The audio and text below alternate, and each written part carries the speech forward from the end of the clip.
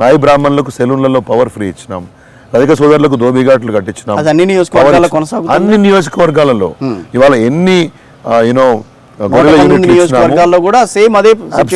ఎన్ని గొర్రెల యూనిట్లు ఇచ్చినాము. దాని ద్వారా మాంస ఉత్పత్తి పెరిగి ఆయా కుటుంబాలు బ్రహ్మాండంగా డబ్బులు సంపాదించుకున్నాయి కదా. అదేవిధంగా మీరు గౌడ సోదరులకు కావాల్సినటువంటి పన్ను రకం తీసి పడేసినాము, రాయితీలు ఇచ్చినాము, మోటార్ సైకిల్ ఇచ్చినాము, బీమా కల్పించినాము. పద్మశాలి సోదరులకు వాళ్ళ వృత్తి చేసుకోవడం కోసము సబ్సిడీలు ఇచ్చినారు, అధునాతన మగ్గాలు ఇచ్చినారు, వాటికి కావాల్సిన మార్కెటింగ్ వ్యవస్థను కల్పించినారు, బిజినెస్ ఇప్పించినారు. అదేవిధంగా మీకు వచ్చేసి మిగతా అన్ని కులాలకు, ఫర్ ఎగ్జాంపుల్ నేను ఇప్పుడు చెప్పిన అన్ని కులాలకు, బీసీ కుల వృత్తులకు, బీసీ వర్గాలకు పూర్తి స్థాయిలో. అదేవిధంగా కళ్యాణ లక్ష్మి కానివ్వండి, కళ్యాణ లక్ష్మి తోటి కొన్ని దగ్గర నాకు తెలిసి ఒక 7-8 lakhs బీసీ వర్గాలకి సంబంధించినటువంటి యువతులకు వాళ్ళ పెళ్లిళ్లకు కేసీఆర్ ప్రభుత్వం సాయం చేసింది. దానివల్ల బాల్య వివాహాలు ఆగిపోయినాయి. ఆయా వర్గాలకు పిల్లలు బ్రహ్మాండంగా చదువుకున్నారు. రాష్ట్రంలో ఏర్పాటు చేసినటువంటి బీసీ ఎస్టీ మైనార్టీ గురుకులాలు అయితే ఉన్నాయో వాటిని ఏర్పాటు చేయడం మూలాన, ప్రత్యేకించి గర్ల్స్ కూడా ఏర్పాటు చేయడం మూలాన ఆ వర్గాల పిల్లలు, బీసీ వర్గాల పిల్లలు ఇవాళ పేదవాళ్ళు ఎవరైతే ఉన్నారో గురుకులాల్లో చదువుకొని బాగుపడుతూ ఉన్నారు. బీసీలకు తెలంగాణ రాష్ట్ర ప్రభుత్వం ఏమైనా చేసింది కానీ మీరేం చేసినారని అడుగుతా ఉన్నాను. ఏం చేయలేదు చెప్పమని చెప్పండి. నేను చెప్పినా మీరు ఇప్పుడు వదిలేసి ఇంకా కంట చెప్తా. కిషన్ రెడ్డిని వచ్చి చెప్పమను, ఆ బండి సంజయ్ అని చెప్పమను. ఏం అనేది బీజేపీ ఓట్ల కోసం అండి, ఓట్ల కోసమే. ఇప్పుడు వాళ్ళని ఎవడు పట్టించుకున్నవాడు రాష్ట్రంలో లేడు. ఇప్పుడు మీరు బీసీ ముఖ్యమంత్రిని చెప్పారు, బీసీ నాయకులు ఎంతమంది మీ దగ్గర నుంచి బయటకు వెళ్ళిపోయినారు? మొన్న ఎస్సీలు ఉన్నారు, వివేక్ గారు బయటకు వెళ్ళిపోయినారు, రాజగోపాల్ రెడ్డి అంటే ఆయన బయటకు వెళ్ళిపోయినాడు.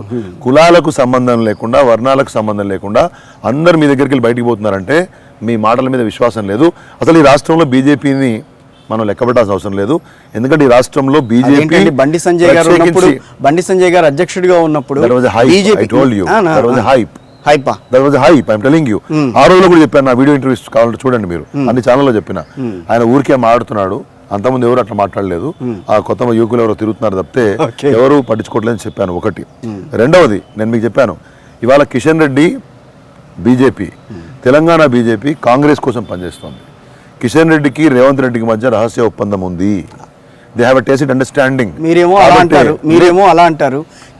కేంద్రం నుంచి వచ్చే సంకేతాలు ఏ రకంగా అనిపిస్తాయనంటే, బండి సంజయ్ గారిని ఎందుకు పక్కన పెట్టారంటే కిషన్ రెడ్డి గారు కేసీఆర్ గారికి దగ్గర కాబట్టి ఆయన అక్కడ పెట్టారు. బీజేపీ బీఆర్ఎస్ రెండు కలవడానికి ఆయన పెద్ద లీడర్ కాదు. నేను ఎందుకంటానండి, వ్యవహారకర్త కాదని చెప్పాను. I choose my words very carefully. Leader గారు ఎందుకంటాను, ఆయన ప్రజాజీవితంలో ఉన్నాడు, ఎంపీ అయ్యిండు, అంతకుముందు ఒకసారి ఎమ్మెల్యే పోటీ చేసిండు. ఎవరిని అట్లా తృణీకరించి మాట్లాడే బాధ్యత భావన అది కాదు.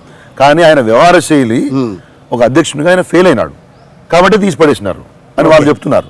నేను అనలే, అంటే కేసీఆర్ గారు మీద ఎగిరాడు కాబట్టి అట్లా రకంగా అది అంత ఉత్తమ వచ్చింది. ఆయన మాట్లాడితే ఏమైందండి, కేసీఆర్ గారు లాంటి వాళ్ళతో ఆయనకు పోలికండి నాకు నాగలోకి అనుకున్నంత తేడా ఉంటుంది. కేసీఆర్ గురించి మాట్లాడే స్థాయి అర్హత ఈ బండి సంజయ్లు, రేవంత్ రెడ్డిలు, అరవిందులు, కిషన్ రెడ్డిలు వీళ్ళకు ఉందని ఎవరన్నా అనుకుంటే అది వాళ్ళ అమాయకత్వం. ఎందుకు ఈ మాట చెప్తున్నానంటే, ప్రజా జీవితంలో వాళ్ళ కాంట్రిబ్యూషన్స్, వాళ్ళ అచీవ్మెంట్స్. సో అసలు ప్రాక్టికల్ గా ఏం జరిగింది చెప్పండి కిషన్ రెడ్డి గారి విషయంలో. అక్కడ ఏముంటుందండి, ఇప్పుడు ఒకటంటే అక్కడ బేసికల్లీ వాళ్ళ అంతర్గత విషయం. కానీ ఆయన అధ్యక్షునిగా ఆయన పెర్ఫార్మెన్స్ అనేది అడున్న నాయకులకు నచ్చలేదో, ప్రజలకు నచ్చలేదో, ఈ was only talking but not doing anything అనేది మాట్లాడుకున్నారు. మొత్తానికి ఒక బీసీని తీసి కిషన్ రెడ్డిని పెట్టినారు. కిషన్ రెడ్డిని పెట్టిన తర్వాత పార్టీలో ఉన్న వాళ్ళు అందరూ వెళ్ళిపోయారు. మరి ఇప్పుడు కాబట్టి బీజేపీ తెలంగాణ రాష్ట్రంలో ఒక ప్రణాళిక, ఒక పద్ధతి, ఒక ప్రజల దృక్పథం ఉన్న పార్టీ కాదు. శ్రీధర్ రెడ్డి గారు మీరు ఎంత మాట్లాడినా పార్టీల నుంచి వెళ్ళిపోయిన వాళ్ళు అటు బీజేపీలో ఉన్నారు, బీఆర్ఎస్లో ఉన్నారు, కాంగ్రెస్ పార్టీలో కూడా ఉన్నారు. బీఆర్ఎస్ నుంచి ఎందుకు వెళ్తున్నారు అని అంటే వాళ్ళకి నచ్చకో లేకపోతే వాళ్ళకి పదవులు దక్కలేదనో అని అంటున్నారు. అదే విషయం మిగతా వాళ్ళకి కూడా అన్వయించుకోవచ్చు కదా మనం. అవునండి, బీజేపీలో ఏముందని వెళ్ళారనుకుంటే ఆ మధ్యలో హైప్ ఉందని వెళ్ళారు. కాంగ్రెస్ లో ఇప్పుడు ఏదో అవకాశం ఉంటుందేమో అని పోతా ఉన్నారు హైప్ చూసి. ఇక్కడ మీరు కాంగ్రెస్ నుంచి వచ్చిన వాళ్ళు కాంగ్రెస్ లోకి వెళ్తున్నారు, బీజేపీ నుంచి వచ్చిన వాళ్ళు బీజేపీలోకి వెళ్తున్నారు, లేదా బీఆర్ఎస్ లోకి. నేను ఏమన్నా కిషోర్ గారు, మీరు అడిగినటువంటి వ్యక్తుల గురించి స్పెసిఫిక్ గా నేను చెప్పాను. Reasoning behind it. ఇక్కడ అన్ని వర్గాలకు కేసీఆర్ న్యాయం చేశారు. కేసీఆర్ను నమ్ముకొని రాజకీయాల్లోకి వచ్చినటువంటి అనేక మంది విద్యార్థులు, యువ నాయకులు, విద్యార్థి నాయకులు మీరు చూస్తే పోయిన 9 సంవత్సరాల కాలంలో కొన్ని వేల మంది సర్పంచ్లు అయినారు, కొన్ని వేల మంది ఎంపీటీసీలు అయినారు, కొన్ని వందల మంది, వేల మంది జడ్పీటీసీలు అయినారు, జిల్లా పరిషత్ చైర్మన్లు అయినారు, మున్సిపల్ చైర్మన్లు అయినారు, కార్పొరేషన్ మేయర్లు అయినారు, మార్కెట్ కమిటీ చైర్మన్లు అయినారు, పిఎస్సిఎస్ చైర్మన్లు అయినారు, కార్పొరేషన్ చైర్మన్లు అయినారు, ఎమ్మెల్యేలు, ఎమ్మెల్సీలు, ఎంపీలు, పార్లమెంట్కు ఇటు రాజ్యసభకి ఓకే. అయినారు. ఈ రకంగా చెప్పుకుంటూ పోతే రాష్ట్రంలో వివిధ స్థాయిలో ఉన్నటువంటి అధికార పదవుల్లో కేసీఆర్ గారు, కేసీఆర్ బ్రాండ్ తోటి అయిన వాళ్ళు ఇంక్లూడింగ్ మీ కొన్ని వేల మంది ఉన్నారండి. అవును. కాబట్టి అది నాయకత్వం అంటే ప్రొడ్యూసింగ్ మెనీ లీడర్స్.